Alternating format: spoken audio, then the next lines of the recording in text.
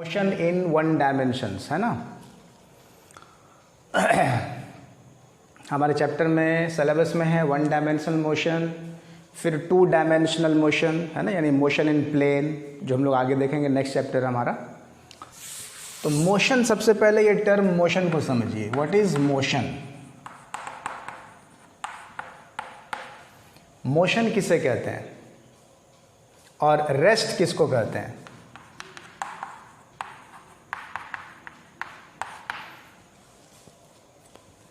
Rest क्या है, motion क्या है? कोई सा ऑब्जेक्ट रेस्ट में कब होता है, कब उसको हम लोग कहेंगे कि रेस्ट में है, या अगर कोई ऑब्जेक्ट मोशन में है तो मोशन में उसको क्यों कहेंगे? तो इसका डेफिनेशन क्या है, इसको कैसे समझा जाए? तो रेस्ट में, कोई भी चीज रेस्ट में कब होती है? Very good. If the object does not change its position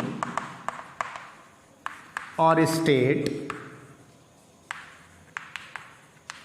with the passage of time,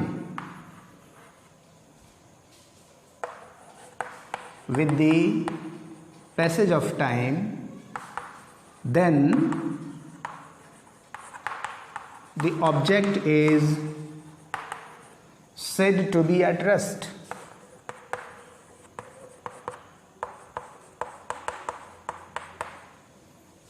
ठीक है। अगर कोई ऑब्जेक्ट अपना पोजीशन चेंज नहीं करता है टाइम के साथ, तो हम लोग कहेंगे कि ऑब्जेक्ट जो है रेस्ट में है। ठीक है। जैसे टेबल पर रखी हुई किताब, सपोज कर लो, अगर वो किताब, अगर वो बुक जो है अपने जगह को नहीं बदलती है, with the passage of time, time pass हो रहा है बट वो पोजीशन अपना चेंज नहीं करती है, तो हम लोग कहते हैं कि भाई वो रेस्ट में है। ठीक है ना। जैसे कोई कुर्सी रखी हुई है तो वो रेस्ट में कहते हैं हम लोग, है ना। क्यों? इसलिए कि कुर्सी जो है वो मूव नहीं कर रही है। ठीक है। तो कॉमन जो है हमारा डेफिनेशन यही होता है कि ऑब्जेक्ट अगर टाइम के साथ अपने पोजीशन को चेंज ना करे तो हम लोग कहेंगे कि ऑब्जेक्ट जो है वो रेस्ट में है। सिंपल सी बात है। उसी का उल्टा क्या हो जाएगा, मोशन। कोई भी ऑब्जेक्ट मोशन में कब होता है?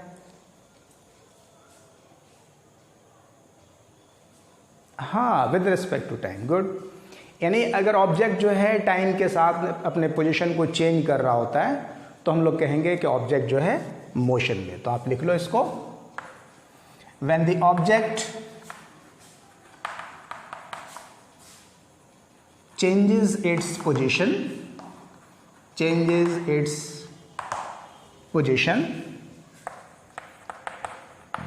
with respect to time। Time के साथ अगर वो अपना पोजीशन चेंज करता है, then it is said to be in motion।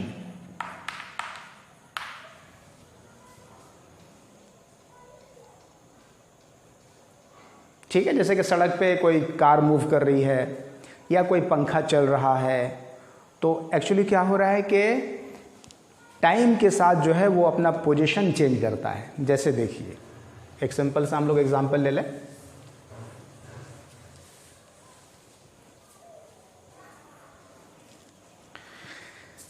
जैसे सपोज करो ये स्टैंड फैन है, सपोज करो ये फैन है, these are the blades of the fan.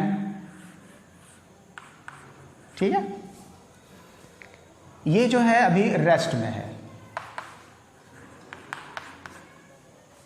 ठीक है। मतलब इसका स्विच ऑन नहीं किया हुआ है, स्विच ऑफ है मान लो। इसको हम लोगों ने पावर से ऑफ किया हुआ, इसका पावर ऑफ किया हुआ, तो ये तो रेस्ट में है। इसका जो फेदर्स हैं ये क्या है, रेस्ट में है। ये मान लो पोजीशन ए है, पोजीशन बी है, पोजीशन सी है। ठीक है ना, ए बी सी। ये जो इसके ब्लेड्स हैं ये अभी रेस्ट में है। ठीक है। लेकिन जैसे आप स्विच ऑन करोगे तो क्या होगा, स्विच ऑन करेंगे तो ये अपना पोजीशन क्या करेगा, चेंज करेगा ना। एक का पोजीशन चेंज होगा, कहीं पे जाएगा, टाइम के साथ फिर क्या होने लगेगा, ये अपना पोजीशन चेंज करने लगेगा। तो हम लोग कहेंगे कि भाई ऑब्जेक्ट मोशन में आ गया। क्लियर है? तो मोशन का कॉन्सेप्ट समझ में आ रहा है। मोशन किसको कहेंगे कि अगर ऑब्जेक्ट जो है टाइम के साथ अपने पोजीशन को चेंज करता है, अपने स्टेट को चेंज करता है, तो हम लोग कहेंगे कि ऑब्जेक्ट जो है मोशन में है। क्लियर? जैसे कोई कार है, सपोज करो ये कार है, ठीक है, पॉइंट ए पर कार है, ठीक। कुछ देर के बाद कार को आपने कहां पे देखा, पॉइंट बी पर, ठीक है। सपोज करो ये हमने देखा था 10:15 में पॉइंट ए पर, और पॉइंट बी पर 10:20 में हमने कहाँ देखा, पॉइंट बी पर। इसका क्या मतलब हुआ? इसका मतलब ये हुआ the car is in motion. Car जो है मोशन में है टाइम के साथ। देखो टाइम जैसे जैसे आगे बढ़ रहा है ये कार भी आगे जा रही है, ठीक है। तो ये इस तरह से ये हम लोग कहेंगे कि कार जो है मोशन में है। ओके, इस चैप्टर में हम लोगों को पढ़ना है motion along the straight line. Straight line motion पढ़ना, यानी वन डायमेंशनल मोशन।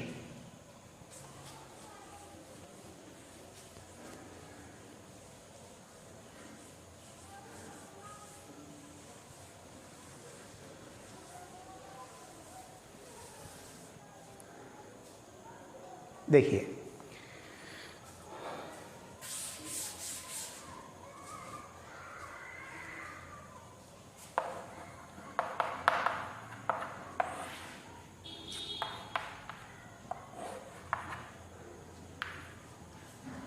ठीक है, हम लोग इस चैप्टर में पढ़ रहे हैं स्ट्रेट लाइन मोशन।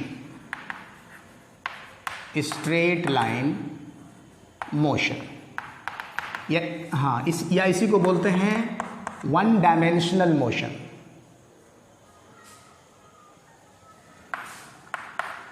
एक और मोशन होता है motion in two dimension. Motion in two dimensions या टू डायमेंशनल मोशन, या इसी को आप कहोगे motion in plane.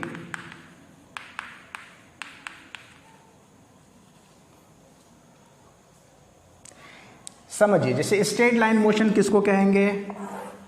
Straight line motion हम लोग किसको कहेंगे? हाँ, अगर कोई ऑब्जेक्ट किसी स्ट्रेट लाइन में मूव कर रहा है, ठीक है, अगर स्ट्रेट लाइन में मूव कर रहा है तो उसके मोशन को हम लोग कहेंगे वन डायमेंशनल मोशन, या इसी का दूसरा नाम है रेक्टिलिनियर मोशन।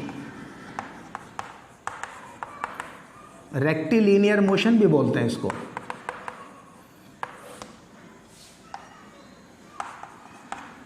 इसको रेक्टिलिनियर मोशन भी कहा जाता है। जैसे कोई मान लो एक रेलवे ट्रैक है बिल्कुल सीधा, ठीक है ना, और उसमें कोई रेलगाड़ी दौड़ रही है, ट्रेन को जो है उसमें चल रही है। ये कोई ट्रेन है, सपोज करो दिस इज़ अ ट्रेन, और ये ट्रेन जो है बिल्कुल स्ट्रेट पाथ पे मूव कर रही है। तो इसके मोशन को हम लोग कहेंगे कैसा मोशन? One dimensional motion. हाँ, रेक्टिलिनियर मोशन या वन डायमेंशनल मोशन।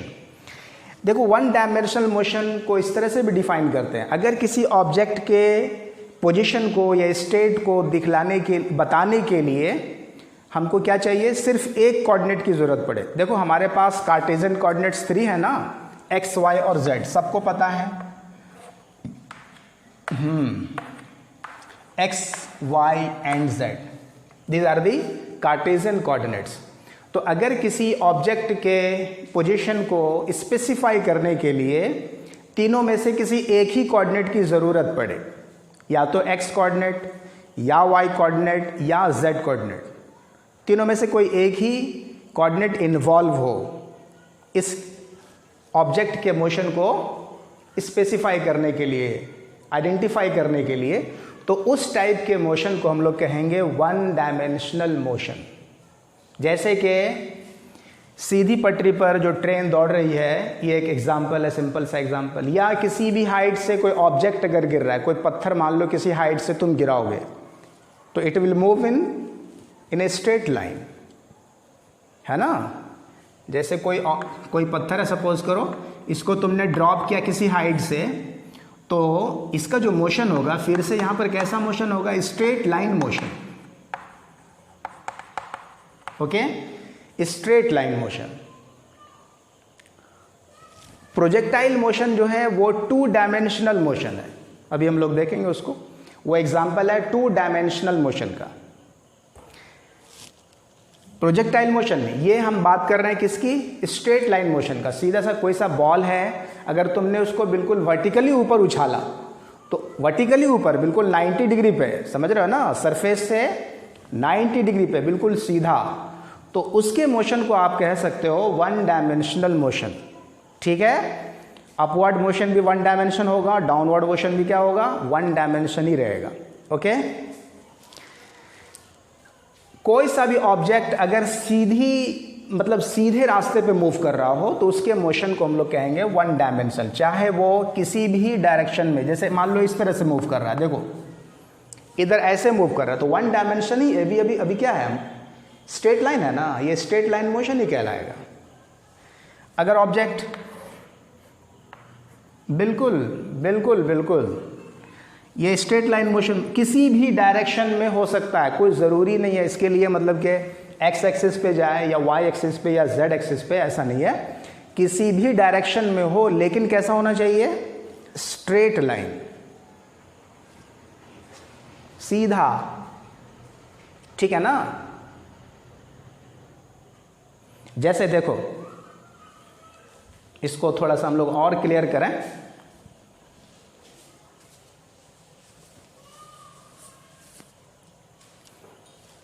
देखो ध्यान से, मान लो इस ट्रेन को हम ऐसे दिखा रहे हैं आपको, this is the railway track. ये रेलवे ट्रैक है, कैसा है, बिल्कुल स्ट्रेट लाइन है, और ये है हमारा ट्रेन जो इस तरफ मूव कर रहा है। ठीक है ना, इस लाइन में, तो ये भी स्ट्रेट लाइन मोशन ही है। तो अभी इसको स्पेसिफाई करने के लिए, इसको बतलाने के लिए कोऑर्डिनेट चाहिए, या तो एक्स या वाई या फिर जेड। तो हम लोग क्या करेंगे, यहाँ पे हम लोग इस बार इस कोऑर्डिनेट सिस्टम को यहाँ पे ऐसा सेट करेंगे कि ये एक्स एक्सिस पे आ जाए। तो हम लोग इसको ऐसा भी तो कर सकते हैं, आप ध्यान से देखो जो हम बताना चाह रहे हैं। ये हो गया हमारा x axis, this is y axis, और इसी टाइप से इसका परपेंडिकुलर जेड एक्सिस, ऐसा हो सकता है ना, एक्स वाई जेड। क्लियर हो गया। स्ट्रेट लाइन मोशन होना चाहिए, चाहे किसी भी डायरेक्शन में हो। ओके, अब देखिए 2D मोशन क्या चीज है। अगर कोई ऑब्जेक्ट इस तरह से मूव कर रहा है कि उसके मोशन को डिफाइन करने के लिए, स्पेसिफाई करने के लिए हमको 2 कोऑर्डिनेट की जरूरत पड़े,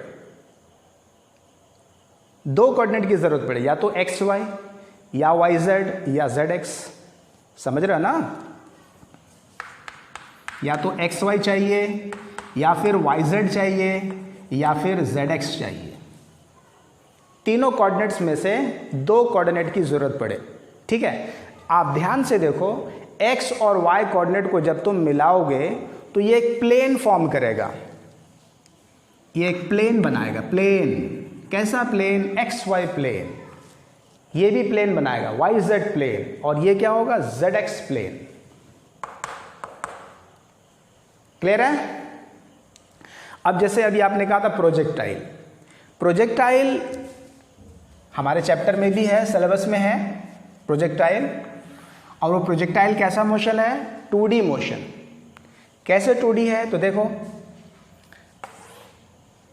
प्रोजेक्टाइल में क्या करते हैं, जैसे कोई फुटबॉल है मान लो, उसको आपने इस तरह से हिट किया हॉरिजॉन्टल से कुछ एंगल के साथ, तो ये फुटबॉल कुछ इस तरह से मूव करेगा और यहाँ पे आके गिरेगा, इस टाइप का।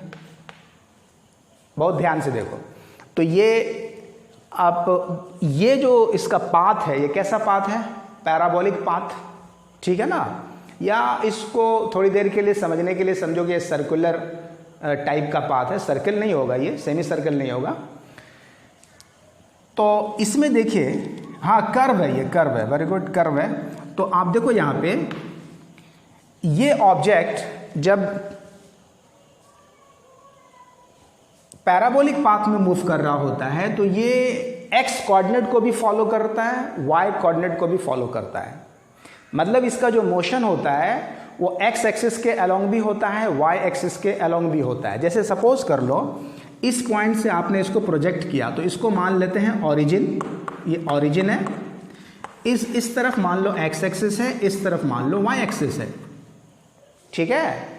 तो ये ऑब्जेक्ट जो मूव करेगा तो ये एक्स वाई प्लेन पर मूव करेगा, एक्स वाई प्लेन पर मूव करेगा। मतलब फुटबॉल जो है वो इस तरह से आकर के ऐसे गिरता है, ठीक है ना, बिल्कुल यहाँ पे एक प्लेन के ऊपर। जैसे यहाँ पे समझो, जैसे ये ब्लैक बोर्ड है, आपने यहाँ से इसको प्रोजेक्ट किया ऑब्जेक्ट को, तो ये इस तरह से इस बोर्ड को टच करते हुए यहाँ पे आके गिरा। तो ये फुटबॉल का जो मोशन है वो कैसा है, इस प्लेन पर है, ठीक है। फुटबॉल ऐसे ऐसे करके मूव नहीं करेगा, क्लियर है, बिल्कुल कैसा, एक प्लेन को फॉलो करते हुए। तो अगर किसी पॉइंट पे आप देखो, जैसे यहाँ पे ऑब्जेक्ट को अगर हम लोग देखें, ये यहाँ से ऑब्जेक्ट जब ये मूव कर रहा होता है तो मान लो किसी पर्टिकुलर पोजीशन ए पर हम लोग देखते हैं, तो जब ये यहाँ पे पहुँचा तो आप देखो ये एक्स एक्सिस भी कवर कर रहा है और वाई एक्सिस भी कवर कर रहा है। इसका जो कोऑर्डिनेट होगा, इसका पोजीशन अगर तुम देखना चाहोगे तो देखो इस ऑब्जेक्ट का पोजीशन ये y एक्सिस भी कवर कर रहा है, y डिस्टेंस भी कवर किया, as well as x distance भी कवर किया। जब ये ऑब्जेक्ट यहाँ पे होगा तो ये x डिस्टेंस भी कवर कर रहा है और at the same time y distance भी कवर कर रहा है। मेरी बात समझ रहे हो ना? ओके, जैसे यहाँ पे जब ये यहाँ पे आ जाएगा, देखो इस पॉइंट पे जब ये आएगा तो ये y डिस्टेंस कितना कवर किया, this is the y distance, और ये इसका x डिस्टेंस, ठीक है ना। और जब ये यहाँ पे आ जाएगा, बिल्कुल जहाँ पे गिर जाएगा जाके वो, वहाँ पे उसका y डिस्टेंस मतलब y डायरेक्शन में जो डिस्प्लेसमेंट होगा वो 0 हो जाएगा, और x डायरेक्शन में जो डिस्प्लेसमेंट होगा वो मैक्सिमम यहाँ से यहाँ तक है, ठीक है। तो कहने का मतलब ये है कि ये एक प्लेन पे मूव करता है, इसलिए इसका मोशन क्या हो गया, 2D मोशन। उसी तरह से सर्कुलर मोशन जो होता है वो भी क्या होता है, 2D मोशन, ठीक है। तो सर्कुलर मोशन भी हमको पढ़ना है, प्रोजेक्टाइल मोशन भी पढ़ना है, इसके बाद ही है वो चैप्टर मोशन इन 2 डायमेंशंस, ठीक है। तो अभी हम लोग बात करेंगे मोशन इन 1 डायमेंशन। अच्छा, 3 डायमेंशन क्या है, 3D मोशन। 3D मोशन आप यहाँ इस चैप्टर में नहीं देख पाओगे, यहाँ पे हमारे पास ये इसको नहीं दिया गया है। इसका थोड़ा सा हम लोग काइनेटिक थ्योरी ऑफ गैसेस में इसके बारे में चर्चा करेंगे, क्योंकि गैस मॉलिक्यूल्स का जो मोशन होता है, हाँ बोलो, बिल्कुल, motion of butterfly is an example of 3D motion. क्यों? इसलिए कि बटरफ्लाई जो मोशन जब मूव करता है तो उसके पास वो बिल्कुल स्पेस में किसी भी तरफ मूव कर सकता है, ऐसा थोड़ी किसी प्लेन पे मूव करेगा या स्ट्रेट लाइन ही मूव करेगा। वो इस तरफ से उड़ा, यहाँ जैसे तैसे रैंडम मोशन कर रहा है, ठीक है ना। तो वो स्पेस में चूंकि रैंडम मोशन कर रहा है तो उसके पोजीशन को दिखलाने के लिए हमको तीनों कोऑर्डिनेट्स चाहिए, एक्स कोऑर्डिनेट भी, वाई कोऑर्डिनेट भी और साथ ही साथ जेड कोऑर्डिनेट भी।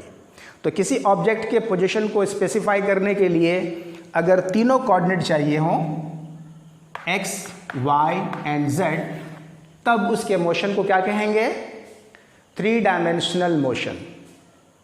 समझ में आ रही बात? ओके, हाँ, जैसे गैस मॉलिक्यूल्स का जो मोशन होता है वो भी 3 डायमेंशनल मोशन होता है, ठीक। चलिए अब हम लोग आगे बढ़ें थोड़ा सा।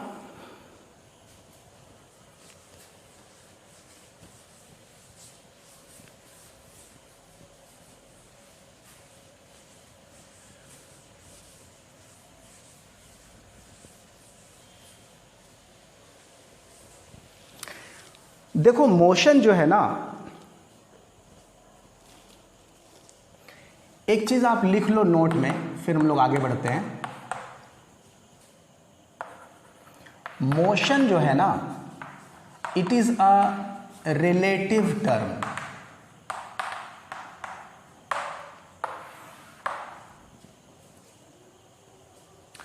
मोशन जो है वो रिलेटिव टर्म है। इसका क्या मतलब हुआ? इसका मतलब ये हुआ कि कोई भी ऑब्जेक्ट दुनिया में ना ही एब्सोल्यूट रेस्ट में है और ना ही एब्सोल्यूट मोशन में है।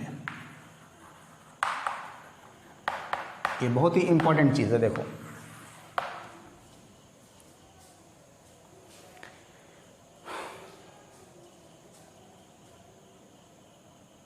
यानी कि एब्सोल्यूट रेस्ट या एब्सोल्यूट मोशन का कॉन्सेप्ट नहीं होता है।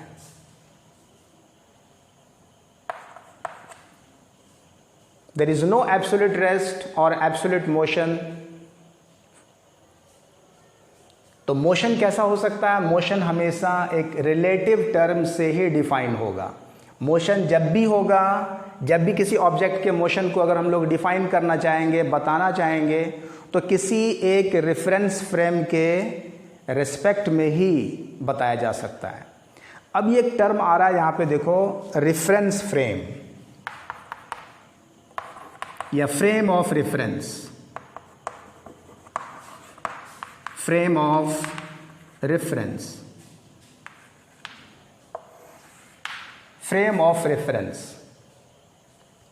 थोड़ा सा इसका कॉन्सेप्ट हम लोग यहां पे देखेंगे। अभी आपको समझ में आ जाएगा कि एब्सोल्यूट रेस्ट या एब्सोल्यूट मोशन में ऑब्जेक्ट को क्यों नहीं माना जा सकता है और मोशन जो है वो रिलेटिव टर्म क्यों है। तो देखिए, एक सिंपल सा एग्जांपल, सपोज करो ये कोई हाईवे है बिल्कुल स्ट्रेट, और ये एक कार है,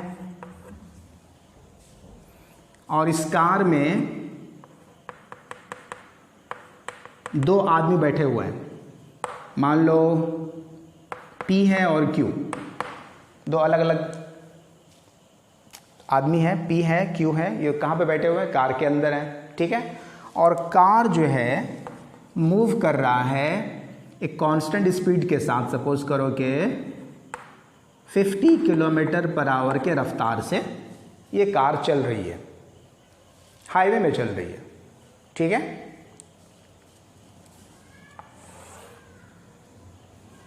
बहुत ध्यान से देखना। और इस सड़क के किनारे यहां पे एक ट्री है, मान लो कोई सा पेड़ है, और इस पेड़ के पास भी दो आदमी बैठे हुए हैं या खड़ा हुआ है। सपोज करो दो व्यक्ति यहाँ पे भी हैं, A और B, ठीक है। ये अरुण है, ये विकास है मान लो, और ये है पिंटू, और ये है, कुछ भी नाम दे सकते हैं इसको, कुणाल या कुछ भी है, ठीक है। तो ये इस तरह से मान लो है, और ये कार जो है इस तरफ मूव कर रही है, और ये कार किधर जा रही है? इस डायरेक्शन में, और यहाँ पे पहले से दो आदमी बैठे हुए हैं, ठीक। थोड़ा सा आप सोचो, यहाँ पे A और B ये चुपचाप यहाँ पे बैठ के किसी पत्थर पे बैठा हुआ है ये, तो हम लोग क्या बोलेंगे? ये दोनों रेस्ट में है, ठीक है ना। ये और ये क्या है? रेस्ट में है। दोनों बैठे हुए हैं ना, ये तो मूव नहीं कर रहे हैं, तो इसको हम लोग बोलेंगे भाई A रेस्ट में है, B रेस्ट में है, और ये ट्री भी क्या है? रेस्ट में है, ठीक है। A, B और ट्री ये तीनों आपस में क्या है? रेस्ट में है। क्लियर है यहां तक? ओके।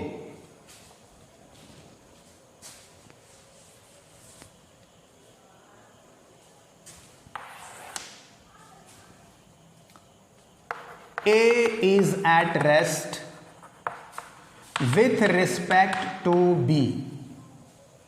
A जो है B के रेस्पेक्ट में रेस्ट, मतलब B इसको रेस्ट में देख रहा है, A B को रेस्ट में देख रहा है, तो हम लोग कह सकते हैं B is also at rest with respect to A, है ना। और ये जो ट्री है वो ट्री भी क्या है? Tree is at rest with respect to A and B both, ठीक है, मतलब ये तीनों ही आपस में एक दूसरे के रिस्पेक्ट में रेस्ट में है। ओके, अब यहाँ पे देखिए ये जो कार यहाँ जो मूव कर रही है 50 किलोमीटर पर आवर के रफ्तार से, इसके अंदर जो दो आदमी बैठे हुए हैं, ठीक है, तो इन दोनों, ये दोनों जो है कार के अंदर एक दूसरे के रिस्पेक्ट में रेस्ट में है। हाँ, इसको थोड़ा सोचने की ज़रूरत है। कार के अंदर ये आराम से बैठा हुआ है, स्मूथ, कार स्मूथ चल रही है एकदम, ठीक है ना। तो ये दोनों ही ये दोनों जो आदमी हैं, ये दोनों क्या है, एक दूसरे के रेस्पेक्ट में रेस्ट में है। पर्सन पी, पर्सन क्यू, दोनों ही रेस्ट में है with respect to each other. देखो, P is at rest with respect to Q, also Q is at rest with respect to P। ठीक, लेकिन जब ये कार यहां से क्रॉस कर रही होगी, उस टाइम में थोड़ा सा फील करो। सपोज करो कि कार के अंदर तुम लोग बैठे हुए हो। सपोज करो, अपने से कंसिडर कर लो कि हम बैठे हुए हैं कार के अंदर। जब तुम कार के अंदर बैठे हुए हो और तुम्हारा दोस्त भी बैठा हुआ है और ये कार मूव कर रही है 50 किलोमीटर के रफ्तार से, अब बताओ क्या ये दोनों आदमी और ये ट्री आपको मूव करता हुआ फील होगा कि नहीं? सोचो, फील करेगा। आपको ये फील होगा कि ए, बी और ट्री हमारे बिल्कुल अपोजिट डायरेक्शन में मूव किया।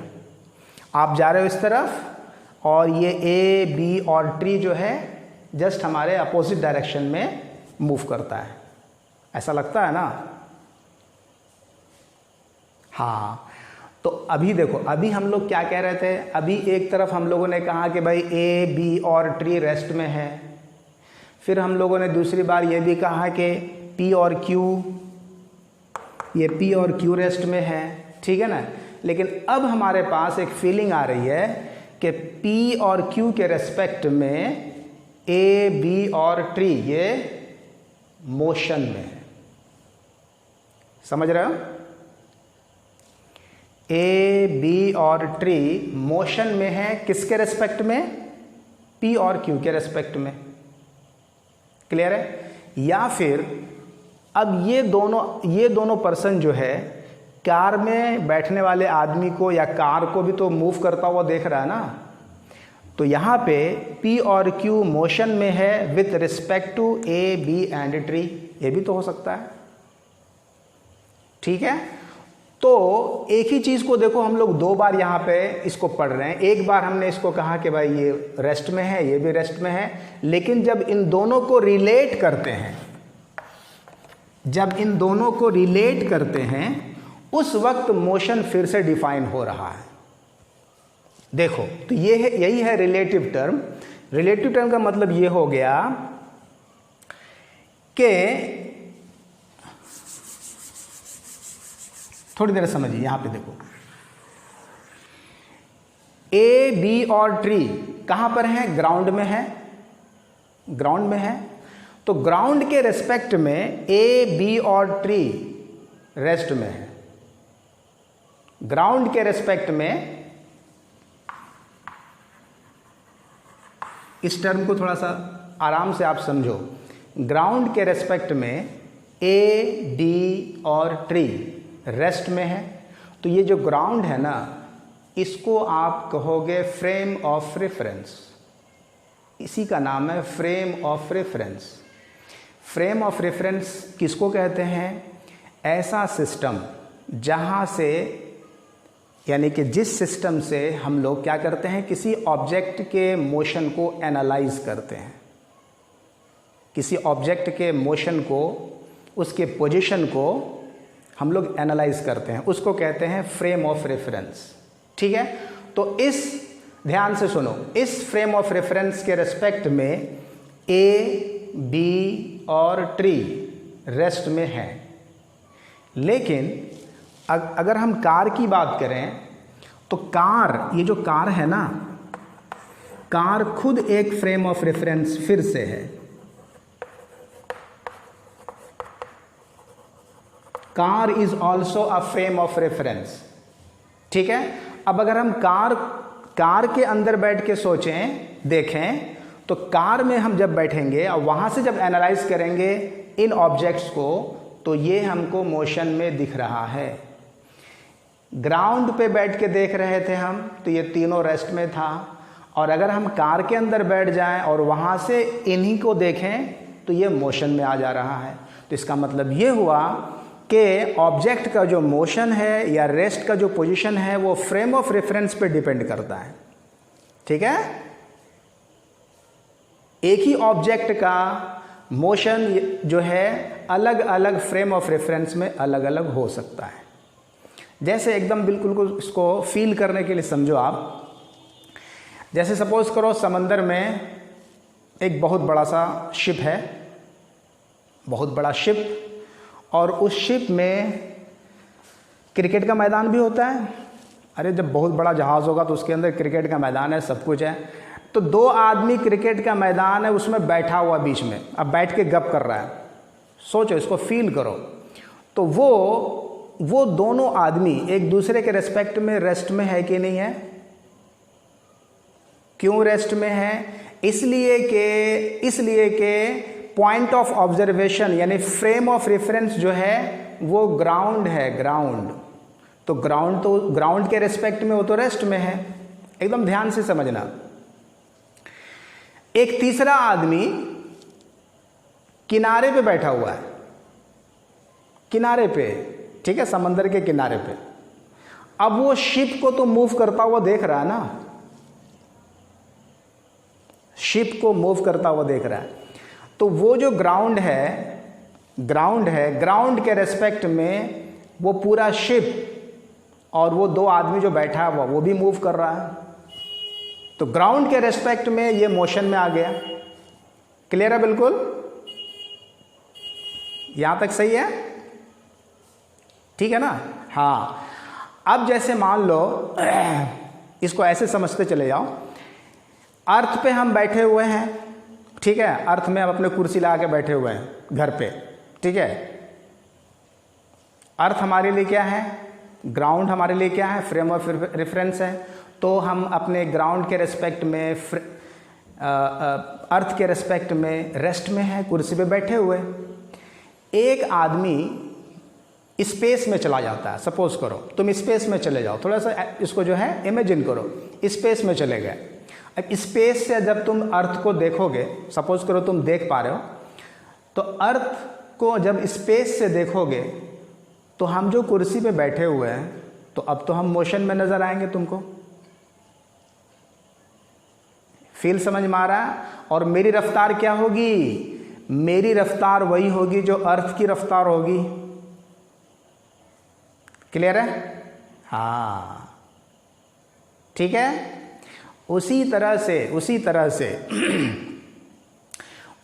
से आप अगर सोचोगे, अगर कोई आदमी गैलेक्सी में चला जाए, ठीक है, गैलेक्सी के बाहर चला जाए, ठीक है, तो पूरे सोलर सिस्टम को मूव करता हुआ देख सकता है ना। अभी तो हमारे लिए रेस्ट में है, लेकिन पूरे सोलर सिस्टम को मूव करता हुआ देख रहा है। क्लियर है?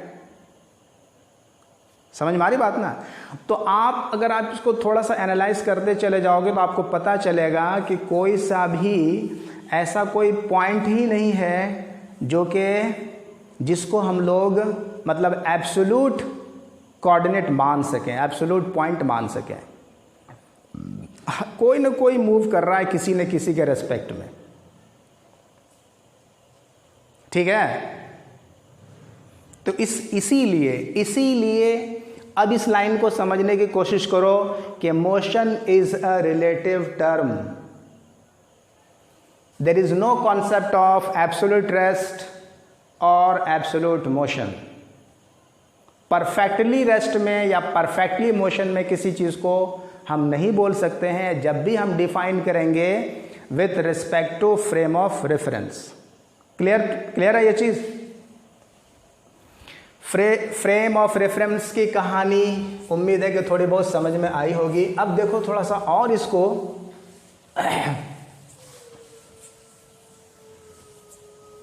हमारे पास कार्टेशियन कोऑर्डिनेट्स हैं एक्स वाई जेड।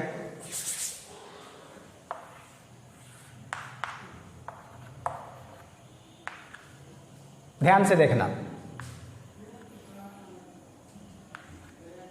ठीक है। एक्स वाई ले रहे हैं, ठीक है ना। जेड को अभी हम स्किप कर देते हैं, छोड़ देते हैं। मान लो एक्स वाई कोऑर्डिनेट है और यहां पे कोई ऑब्जेक्ट है, कोई सा भी पार्टिकल है या कोई भी ऑब्जेक्ट है, इसको ऑब्जेक्ट ही लिख देते हैं। ऑब्जेक्ट है मान लो, इस ऑब्जेक्ट का पोजीशन वेक्टर,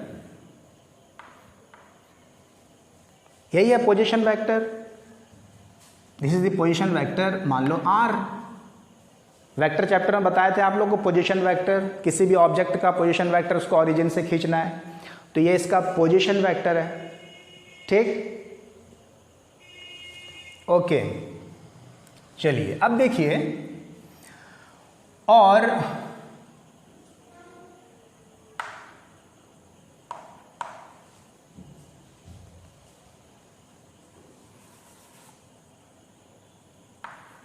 पॉइंट ए पर है, ये सपोज करो पॉइंट ए पर है।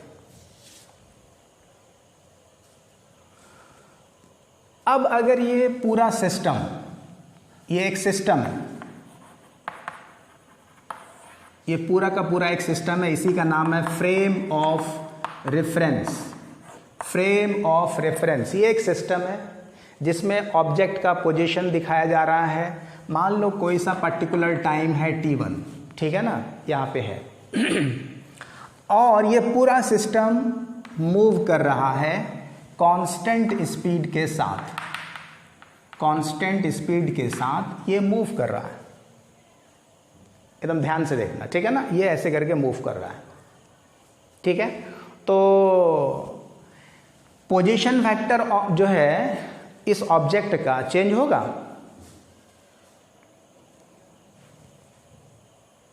नहीं होगा। हाँ, ओके, वेरी गुड, आपने सोच के बहुत अच्छा बताया कि ये पोजीशन वेक्टर चेंज होने वाला नहीं है। इसका मतलब ये है कि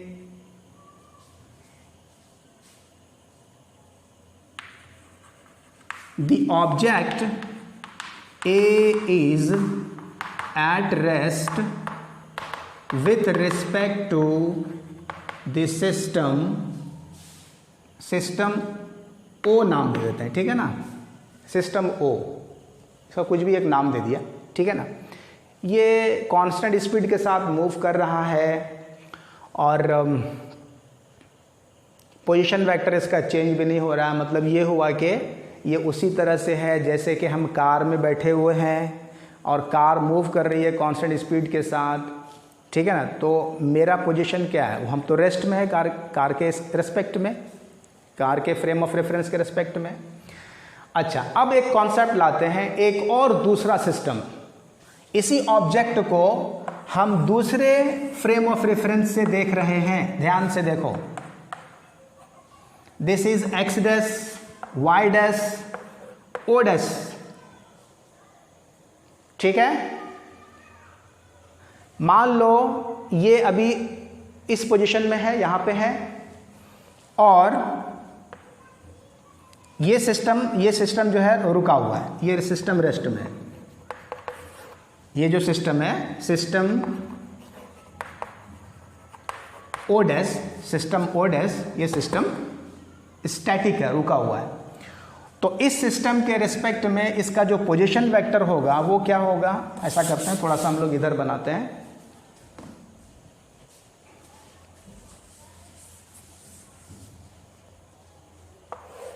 ऐसे दिखा रहे हैं आपको, ठीक है। दिस इज एक्स डैश और ये वाई डैश और ये ओ डैश। तो इसका पोजीशन वेक्टर ये हो गया, इसका पोजीशन वेक्टर, ध्यान से देखो, आर। क्लियर है? ओके, अब ये कांस्टेंट स्पीड के साथ, अगर ये सिस्टम कांस्टेंट स्पीड के साथ मूव करेगा, कांस्टेंट स्पीड के साथ मूव करते करते ये यहाँ पे आ गया, बहुत ही ध्यान से इसको थोड़ा समझना है बस, उसके बाद प्रॉब्लम नहीं होने वाला। देखो, ये सिस्टम तो ऐसे करके मूव कर रहा है, इसको हमने रेस्ट में रखा हुआ है, ये सिस्टम है रेस्ट में। ये जो ओडस सिस्टम है ये रेस्ट में है और ये कांस्टेंट स्पीड के साथ मूव कर रहा है। तो पोजीशन वेक्टर तो इसके लिए अभी भी r है, स्मॉल r।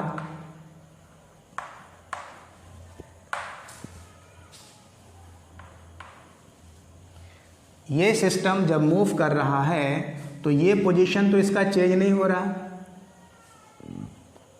ठीक है। ये टाइम t1 पे था, यहाँ पे t2 टाइम पे भी पोजीशन वेक्टर क्या है, r ही है। मतलब ऑब्जेक्ट a जो है वो o के रेस्पेक्ट में रेस्ट में है। लेकिन आप सोचो इस सिस्टम के रेस्पेक्ट में क्या ऑब्जेक्ट a रेस्ट में है? तो आपको मिलेगा नहीं। देखो इसका पोजीशन वेक्टर चेंज हो रहा है, आप ध्यान से देखो, ये इसका पोजीशन वेक्टर है, दिस इज r डैश। अभी पोजीशन वेक्टर t1 पे था r, कुछ देर के बाद t2 टाइम पे पोजीशन वेक्टर चेंज होकर हो गया क्या, r डैश। समझ रहे हैं? तो object a is moving with respect to system O dash. Object A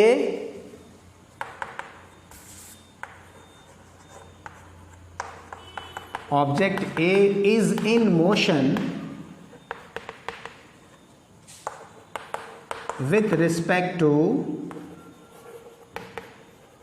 system O dash. ओ सिस्टम के रेस्पेक्ट में ए जो है रेस्ट में है, लेकिन ओडस सिस्टम के रेस्पेक्ट में ऑब्जेक्ट ए जो है वो मूव कर रहा है, ठीक है। अगर तुम यहाँ पर बैठ करके देखोगे, एक आदमी को यहाँ बैठा दो इसके ओरिजिन पे, ये पॉइंट ऑफ ऑब्जर्वेशन हो गया। यहाँ पे बैठ के इसको देखते रहोगे तो ये तो रेस्ट में ही लगेगा, कभी मूव करेगा ये? इसके लिए कभी भी मूव नहीं करेगा, ठीक है ना।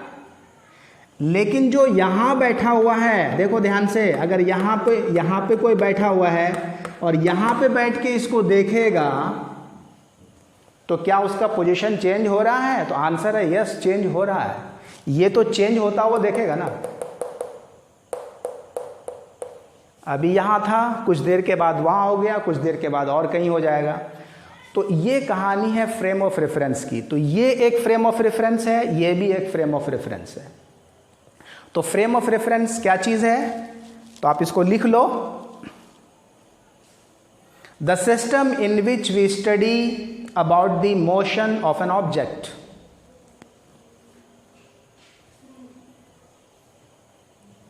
The system in which we study about the motion या पोजिशन ऑफ एन ऑब्जेक्ट।